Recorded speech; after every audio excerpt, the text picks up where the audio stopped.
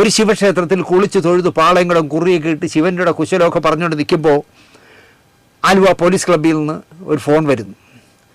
ദിലീപ് സാറേ, നിങ്ങളൊരു പരാതി ഞങ്ങൾക്ക് തന്നിട്ടില്ലേ? ഉണ്ട്. അതിൽ ചില സംശയങ്ങൾ ഞങ്ങളുടെ മാഡത്തിന് ഒന്ന് തീർക്കണം.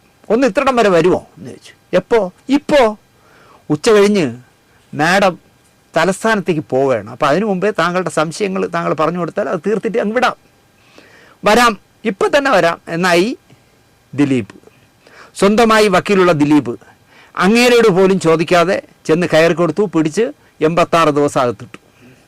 അന്നത്തെ ആ മഴയത്ത് കിളിർത്ത തകരയാണല്ലോ ഇവിടുത്തെ തലയിൽ കണ്ണട വെച്ച വനിതാ സംഘടന. ദിലീപിനെ പിടിച്ച് അകത്തിട്ടതോടുകൂടിയാണല്ലോ ഇവിടെ ഒരു സാംസ്കാരിക സംഘടന സ്ത്രീകൾക്ക് വേണ്ടി ഉന്നമനത്തിന് വേണ്ടി എന്നൊക്കെ പറഞ്ഞ് തലയിൽ കണ്ണട വെച്ച് തുടങ്ങിയത്. അതിനെ ഒരു കൂട്ടായ്മ എന്നൊക്കെയാണ് അവർ പറയുന്നത്.